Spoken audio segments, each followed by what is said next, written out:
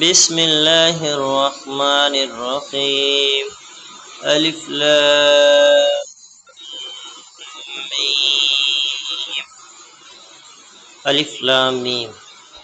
مختلف صورتوں کو شروع میں یہ حروف اسی طرح الگ الگ نازل ہوئے تھے۔ ان حروف کو حروف مقطعات کہتے ہیں، اور صحیح بات یہ ہے کہ ان کا ٹھیک مطلب اللہ تعالیٰ کے سوا کسی کو معلوم نہیں۔ یہ اللہ تعالیٰ کی کتاب کا ایک راز ہے جس کی تحقیق میں پڑھنے کی ضرورت نہیں، اور عقیدے یا عمل کا کوئی مسئلہ ان کے سمجھنے پر موقوف نہیں۔ ذَلِكَ الْكِتَابُ لَا رَيْبَ فِيهِ هُدًى لِّلْمُتَّقِينَ۔ یہ کتاب ایسی ہے کہ اس میں کوئی شک نہیں، یہ ہدایت ہے ان ڈر رکھنے والوں کے لیے، یعنی اس کتاب کی ہر بات کسی شک و شبہ کے بغیر درست ہے۔ انسان کی لکھی ہوئی کسی کتاب کو 100% شک سے بالا تر نہیں سمجھا جا سکتا، کیونکہ انسان کتنا ہی بڑا عالم ہو اس کا علم محدود ہوتا ہے، اور اکثر اس کی کتاب اس کے ذاتی گمان پر مبنی ہوتی ہے۔ لیکن چونکہ یہ کتاب اللہ تعالیٰ کی ہے جس کا علم لامحدود بھی ہے اور 100% یقینی بھی، اس لیے اس میں کسی شک کی گنجائش نہیں ہے۔ کسی کو شک ہو تو یہ اس کی ناسمجھی کی وجہ سے ہوگا۔ کتاب کی کوئی بات شبہ والی نہیں۔ اگرچہ قرآن کریم نے صحیح راستہ ہر ایک کو دکھایا ہے، خواہ وہ مومن ہو یا کافر، اس کے لیے اس کے معنی لحاظ سے اس کی ہدایت سب کے لیے، لیکن نتیجے کے اعتبار سے دیکھا جائے تو اس ہدایت کا فائدہ انہی کو پہنچتا ہے جو اس کی بات کو مان کر اس کے تمام احکام اور تعلیمات پر عمل کرے۔ اس لیے فرمایا گیا ہے کہ ہدایت ہے پرہیزگاروں کے لیے جو بے دیکھی چیزوں پر ایمان لاتے ہیں۔ پرہیزگاری اور ڈر رکھنے کا مطلب یہ ہے کہ انسان یہ بات ہمیشہ پیش نظر رکھے کہ اسے ایک دن اللہ کے حضور اپنے تمام اعمال کا جواب دینا ہے، لہٰذا مجھے کوئی ایسا کام نہ کرنا چاہیے جو اس کی ناراضگی کا باعث ہو۔ اسی خوف اور دھیان کا نام تقوی ہے۔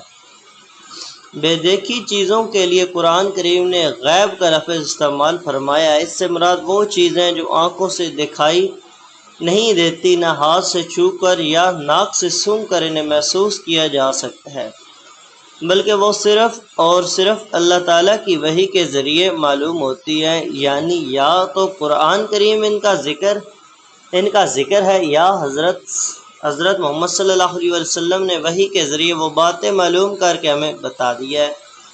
مثلاً اللہ تعالیٰ کی صفات، جنت و دوزخ کے حالات، فرشتے وغیرہ۔ اس آیات میں اللہ تعالیٰ کے ان متقی بندوں کی تعریف کی جا رہی ہے جو غیب کی چیزوں کو بغیر دیکھے صرف اللہ تعالیٰ اور اس کے رسول صلی اللہ علیہ وآلہ وسلم کے ارشادات پر یقین کر کے دل سے مانتے ہیں، جو انہوں نے آنکھوں سے نہیں دیکھی۔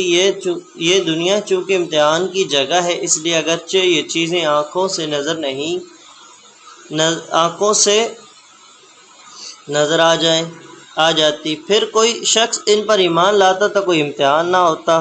اللہ تعالیٰ ان چیزوں کو انسان کی نگاہ سے پوشیدہ رکھا ہے، لیکن ان کے باوجود کہ بے شمار دلائل مہیا فرما دیے ہیں کہ جب کوئی شخص ذرا انصاف سے غور کرے گا تو ان باتوں پر ایمان لے آئے گا اور امتحان میں کامیاب ہوگا۔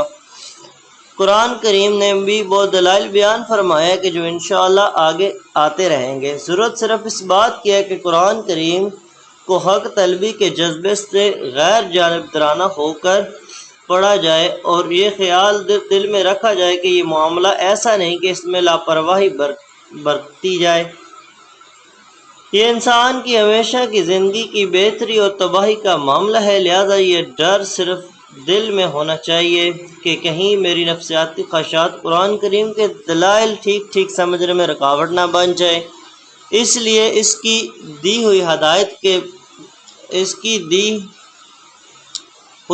کو تلاش حق کے جذبے سے پڑھنا چاہیے، اور پہلے سے دل میں جمے ہوئے خیالات سے ذہن کو خالی کر کے پڑھنا چاہیے تاکہ مجھے واقعی ہدایت نصیب ہو۔ یہ ہدایت ہے ڈرنے والوں کے لیے کا مطلب ایک یہ بھی ہے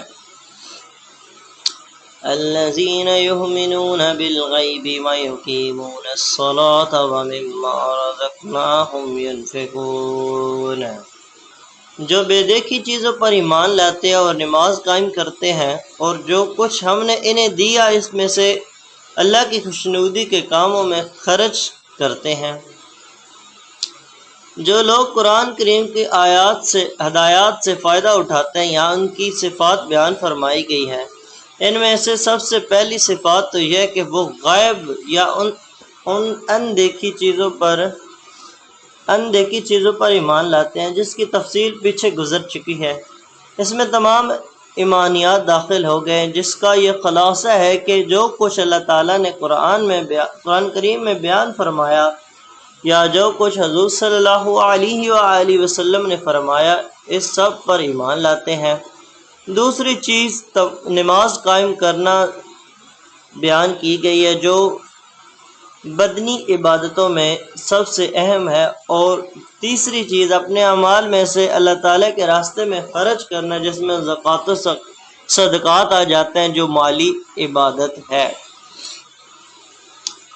وَالَّذِينَ يُؤْمِنُونَ بِمَا أُنزِلَ عَلَيْكَ وَمَا أُنزِلَ مِن قَبْلِكَ وَبِالْآخِرَةِ هُمْ يُوقِنُونَ، اور جو اس وحی پر بھی ایمان لاتے ہیں جو آپ صلی اللہ علیہ وآلہ وسلم پر اتاری گئی، اور اس پر بھی جو آپ صلی اللہ علیہ وسلم سے پہلے اتاری گئی، اور آخرت پر وہ مکمل یقین رکھتے ہیں، یعنی اس بات پر بھی یقین رکھتے ہیں کہ جو وہی حضور صلی اللہ علیہ وآلہ وسلم پر اتاری گئی وہ بھی بالکل سچی ہے، اور جو آپ سے پہلے انبیاء کرام مثلا موسیٰ، حضرت عیسیٰ وغیرہ پر نازل کی گئی تھی، وہ بھی بالکل سچی تھی، اگرچہ بعد میں لوگوں نے اسے ٹھیک محفوظ نہ رکھا بلکہ اس میں تحریف کر دی۔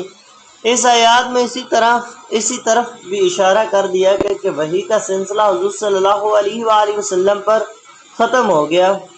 آپ صلی اللہ علیہ وسلم کے بعد کوئی ایسا شخص پیدا نہیں ہوگا جس پر وحی آئے یا اسے پیغمبر بنایا جائے، کیونکہ یہاں اللہ تعالیٰ نے صرف حضرت محمد صلی اللہ علیہ وسلم پر نازل ہونے والی وحی اور آپ سے پہلے کے انبیاء صلی اللہ علیہ وسلم انبیاء علیہ السلام پر نازل ہونے والی وحی کا ذکر فرمایا ہے۔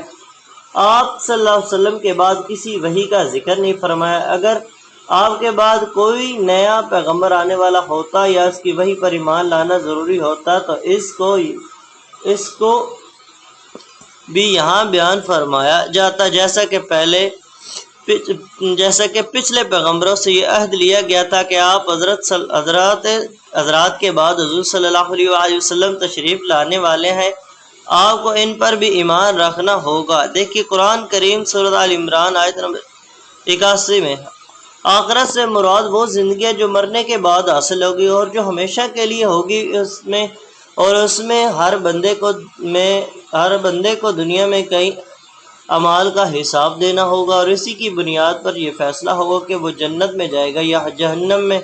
اگرچہ یہ آخرت بھی غیب یعنی ان اندیکھی چیزوں میں شامل ہے جس پر ایمان لانے کا ذکر سب سے پہلے کیا گیا تھا، لیکن آخر میں اسے علیحدہ کر کے خصوصی اہمیت کے ساتھ ذکر کیا گیا۔ شاید اس کی وجہ یہ ہے کہ آخرت کا عقیدہ ہی در حقیقت انسان کی سوچ اور اس کی عملی زندگی کو صحیح راستے پر رکھتا ہے۔